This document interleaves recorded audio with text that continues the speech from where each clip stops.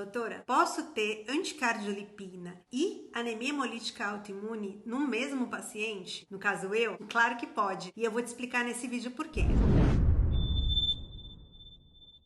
Eu sou a doutora Fernanda, eu sou hematologista. Quando a gente pega um paciente que tem duas condições, como a que eu comecei o vídeo, primeira coisa que tem que fazer é pensar em doença reumatológica. O reumatologista, ele vai cuidar, né, todo mundo conhece, das artroses, das artrites, mas também vai cuidar de uma doença chamada lúpus eritematoso sistêmico. E o que é essa doença? É uma doença autoimune que causa uma série de situações que podem ir aparecendo ao longo da vida. Eu me lembro quando eu estava na faculdade que o professor falou: você pode ter um FAM positivo e só desenvolver uma doença lá na frente, 5 anos, 6 anos. Então, sempre que você pegar um FAM positivo, acompanhe esse paciente. E é o que eu tenho feito até hoje. O que acontece quando a gente pega uma anticardiolipina positiva? É um anticorpo antifosfolípide e sim, faz parte do quadro clínico do lúpus e do quadro laboratorial ter os autoanticorpos. Então, pode ser que o paciente tenha uma SAF, que é quando tem uma trombose ou um aborto, ou pode ser que tenha somente o anticorpo positivo, que é a alteração laboratorial, que é parte do diagnóstico de lúpus. Ah, doutora, mas e para fazer o diagnóstico de lúpus, o que eu tenho que fazer? Você tem que ter 4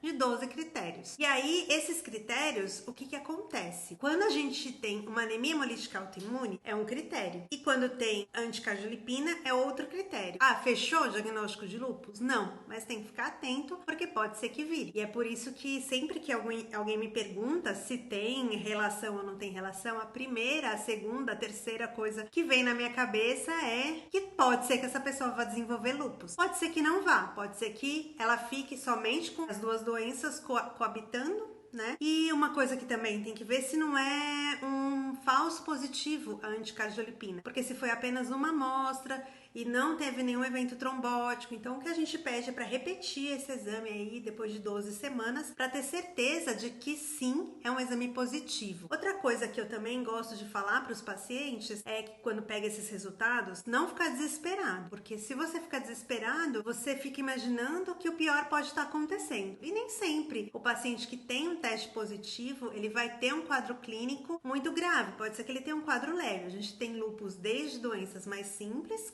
que melhoram com medicações tranquilas, assim, corticoide, metrexate, hidroxicloroquina, até pacientes que têm que usar várias linhas de imunobiológicos. Quem trata dessa doença vai ser o reumatologista. Então, se você tem uma suspeita de lúpus, eu sempre encaminho para os reumatologistas que eu confio, e aí a gente faz acompanhamento conjunto se for o caso. Se não for o caso, eu peço para o paciente voltar uma vez por ano para monitorar eventos adversos. Quais são esses eventos adversos? As complicações que podem acontecer, né? Falha de medicação, mas normalmente quando a gente pega uma paciente que tem lúpus, porque eu falo uma, né? Porque o lúpus é uma doença mais frequente em mulheres, mas se você é homem e tem os 2 anticorpos positivos, a gente também fica atento aí a outras manifestações, como o Jogre, que é uma outra doença que tem outros sintomas e sinais.